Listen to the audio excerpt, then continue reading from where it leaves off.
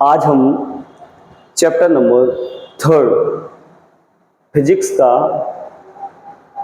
जो है उसका न्यूमेरिकल्स का सेकंड पार्ट करने वाले हैं। पहले पार्ट में मैंने आपको 4 न्यूमेरिकल कराए थे, ठीक है। चूंकि वीडियो लंबी हो जाती है उस वजह से छोटे पार्ट में वीडियो मैं बनाता हूं। तो हम पहला सवाल देखते हैं। सवाल में कहा गया है कि 3.5 जो क्वेश्चन है आपका, इसमें क्या कह रहा है भाई, देखिएगा। कहा गया है कि कमरे के ताप पर, कमरे का ताप कितना है 27 डिग्री सेंटीग्रेड पर तापन अवयव मतलब जैसे हीटर होता है, हीटर में स्प्रिंग होता है, वो उसे गर्म करते हैं, वो तापन अवयव है। हीटर में जो स्प्रिंग है वो तापन अवयव का प्रतिरोध 100 ओम है, ठीक है। फिर कह रहा है कि यदि तापन अवयव का प्रतिरोध 170 हो जाए या 117 हो जाए यानी 117 ओम हो जाए तो अवयव का ताप क्या होगा यानी टेम्परेचर क्या होगा। प्रतिरोधक के पदार्थ का ताप गुणांक आपसे यहां बोल रहा है कि 1.70 10⁻⁴ डिग्री सेंटीग्रेड इनवर्स है। तो यहाँ पे जो डेटा दे रखा है वो ये है, कुछ इस तरीके से। T1 है जो दे रखा है 27 डिग्री सेंटीग्रेड, ठीक है। तो यहाँ पर R1 कह रहा है आपसे कि R1 है भाई 100 ओम, right.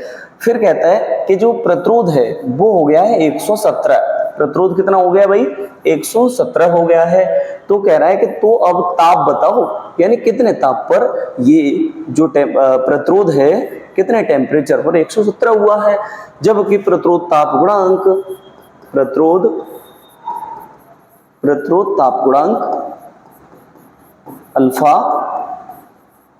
Alpha is given 1.70 10⁻⁴ degree centigrade inverse, right, या प्रति डिग्री सेंटीग्रेड ही। तो हम यहाँ पे एक बेसिक सा फॉर्मूला जानते हैं, सिंपल सा, वी नो दैट, ये आप याद रखिएगा। प्रतिरोध ताप गुणांक अल्फा बराबर होता है R2 - R1 upon R1 into T2 - T1, right. सो हम इसे अगर आगे बढ़ाएं तो अल्फा बराबर R2 की वैल्यू क्या है 117 माइनस R1 क्या है 100 अपॉन R1 की वैल्यू 100 है। और देखो अल्फा दे रखा है यहाँ पर, अल्फा की भी वैल्यू लगाइए 1.70 10⁻⁴, है ना। और ये T2, what is the T2 find out करना है, राइट, और माइनस T1 27 डिग्री सेंटीग्रेड ये आपको दे रखा था। तो यहाँ से आपको ये वैल्यू निकालनी, तो इस वाली T2 - 27 को इधर ले आओ और बाकी इसको इसके साथ ले जाइए। तो यहाँ कह सकते हैं T2 माइनस के 27 इक्वल्स टू 117 में से 100 घटाएंगे तो बचाएंगे 17 यहाँ से, और नीचे 100 को 10⁻² लिख सकते हैं। और ये वाली जो संख्या है पूरी की पूरी मैंने यहाँ पहुंचा दी, यानी 1.70 10⁻⁴, ये -4। अब ये देखिए, ये T2 - 27 इक्वल्स टू 17 बटे 1.70, यहाँ देखिए 1.70 था, 1.70 वैसे यही एक ही बात है, 1.70 और 10⁻² और ये माइनस के 4 है, तो 10 पे घात माइनस की 2 बची और ये ऊपर चली जाएगी। या फिर ऐसा करिए, दशमलव से यहाँ दशमलव हटाइए, 2 जीरो बढ़ाइए, इस जीरो से ये जीरो कटेगा, 17 से ये कटेगा 10 बार, है ना। तो हो गया T2 - 27, ये हो गया 10 और ये जाएगा ऊपर तो हो जाएगा 1000, ठीक है।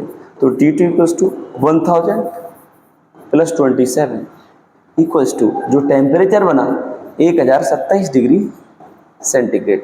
सो जो नया तापमान होगा वो 1027 डिग्री सेंटीग्रेड होगा, राइट। नेक्स्ट क्वेश्चन की बात करते हैं। क्या है अगला क्वेश्चन, कह रहा है 15 मीटर लंबा, यानी तार की जो लेंथ दे रखी है, तार की लंबाई कितनी दे रखी है, तार की लंबाई L बराबर दे रखा है 15 मीटर, ठीक है भाई। 6 × 10⁻⁷ मीटर स्क्वायर अनुप्रस्थ काट का क्षेत्रफल। अनुप्रस्थ काट का क्षेत्रफल क्या होता है, जैसे ये कोई वायर है, तार है, ये वाला क्षेत्रफल होता है उसका पृष्ठीय क्षेत्रफल, और ये जो कटा हुआ एरिया होता है उसे कहते हैं अनुप्रस्थ काट का क्षेत्रफल, ठीक है। तो अनुप्रस्थ काट का क्षेत्रफल यहाँ पर दे रखा है, क्रॉस सेक्शन एरिया अनुप्रस्थ काट का क्षेत्रफल A इक्वल्स टू क्या दे रखा है 6.0 10⁻⁷ मीटर स्क्वायर, राइट। उसमें उपेक्षणीय धारा प्रवाहित हो रही है, धारा यानी उपेक्षणीय मतलब उसकी उपेक्षा की जा सकती हो। इसमें जो रेजिस्टेंस है तार का वो दे रखा है 5 ओम यानी 5.0 ओम। बात एक ही है, प्रायोगिक ताप पर तार के पदार्थ की प्रतिरोधकता क्या होगी? प्रतिरोधकता यहां से पूछिए, प्रतिरोधकता का मतलब होता है विशिष्ट प्रतिरोध, रो बराबर आपसे पूछ रहा है। तो यहां पर एक फॉर्मूला होता है भाई सिंपल सा, वी नो दैट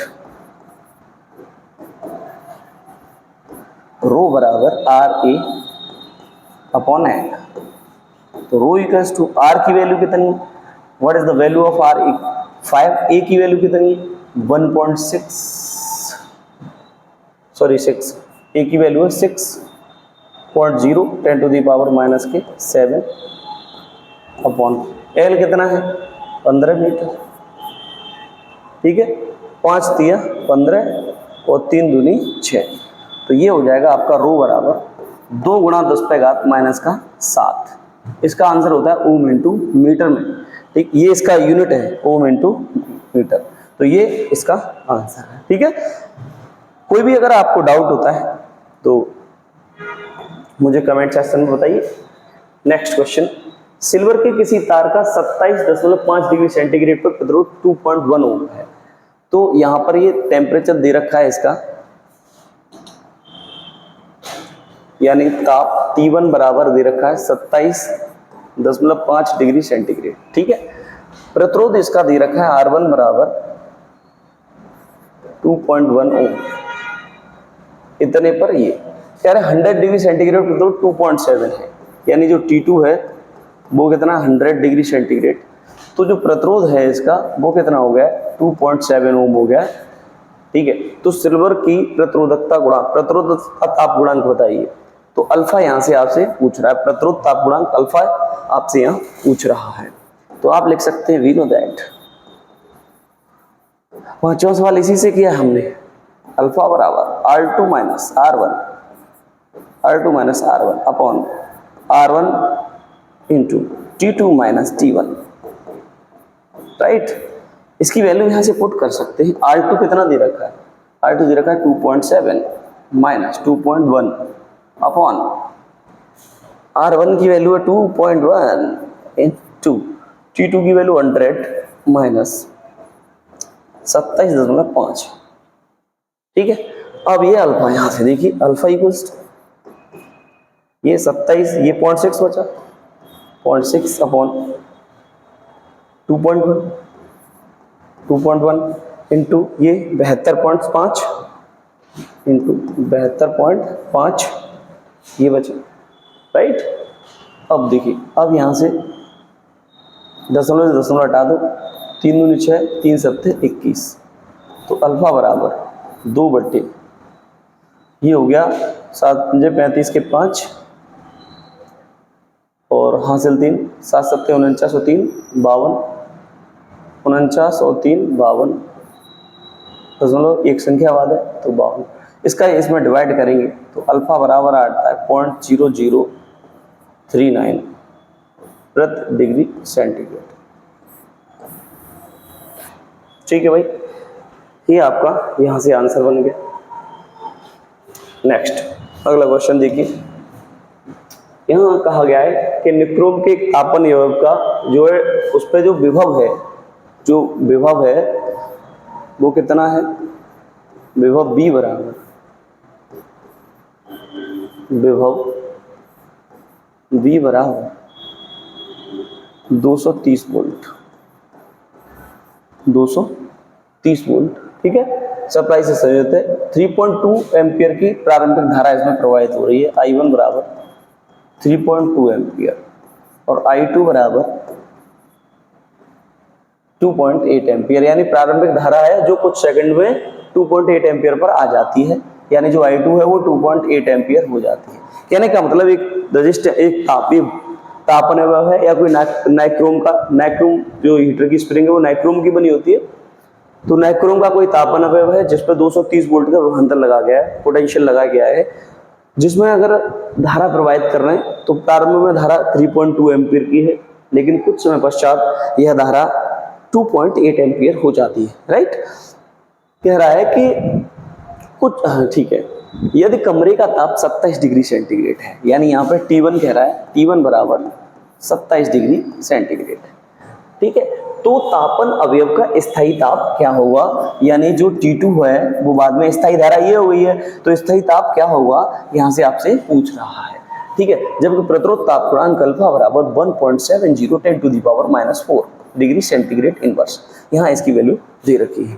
तो देखिए आप फॉर्मूला जानते हैं, सीधा सीधा देखिए क्या करेंगे, we know that alpha equals to R2 minus R1 upon R1 into T2 minus T1, right, T2 minus T1, this is the value.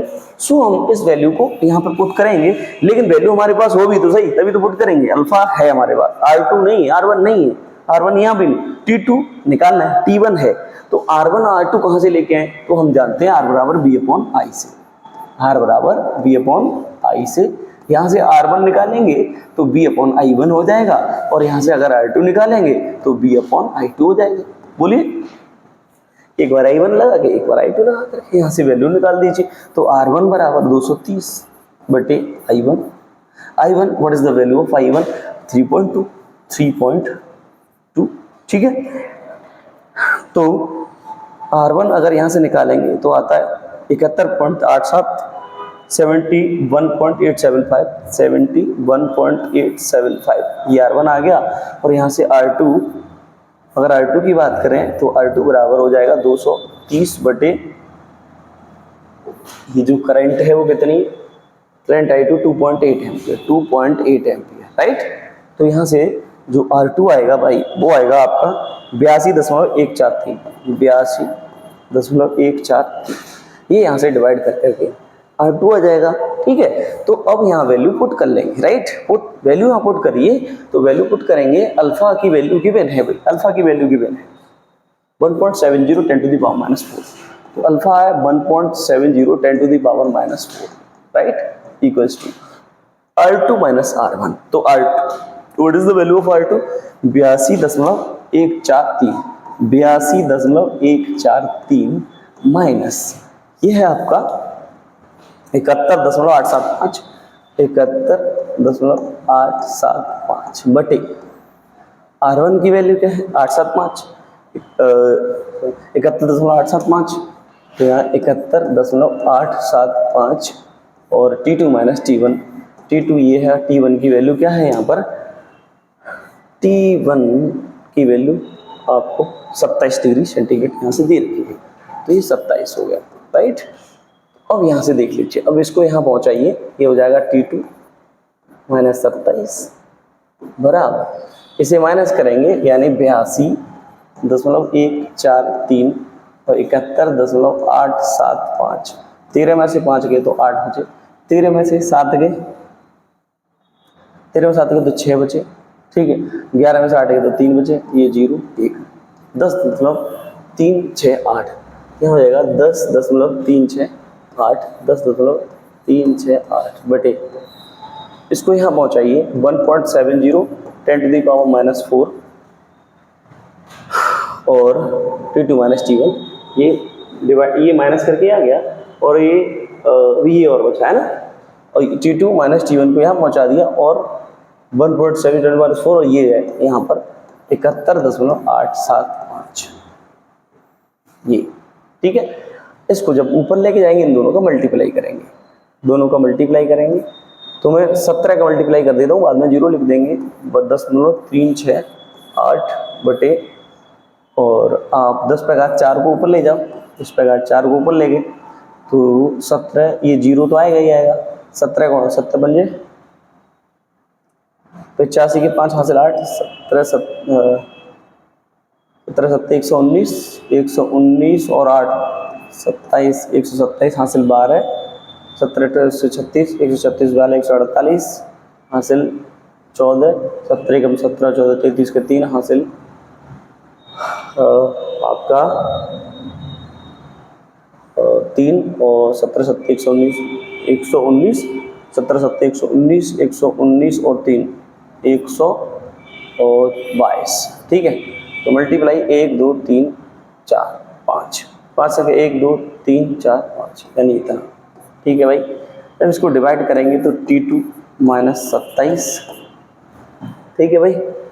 तो यहाँ से जो वैल्यू आएगी वो आएगी 840.35, ठीक है। और ये T2 माइनस 27, ठीक है। अब इसे इधर ले जाइए, T2 माइनस बराबर 840.35 ये प्लस का 27, तो T2 इक्वल्स टू 867.35। तो approximately value T2 equals to हो जाएगी 867 degree centigrade. So this is the final answer of the question, ठीक है। ये हैं आपके लिए कुछ 4 क्वेश्चंस। नेक्स्ट वीडियो में और क्वेश्चंस के साथ मुलाकात करेंगे। Thanks for watching ACAS educational institute. अगर कोई आपको किसी भी टॉपिक पर वीडियो चाहिए तो प्लीज़ कमेंट करके बताइए। थैंक्स।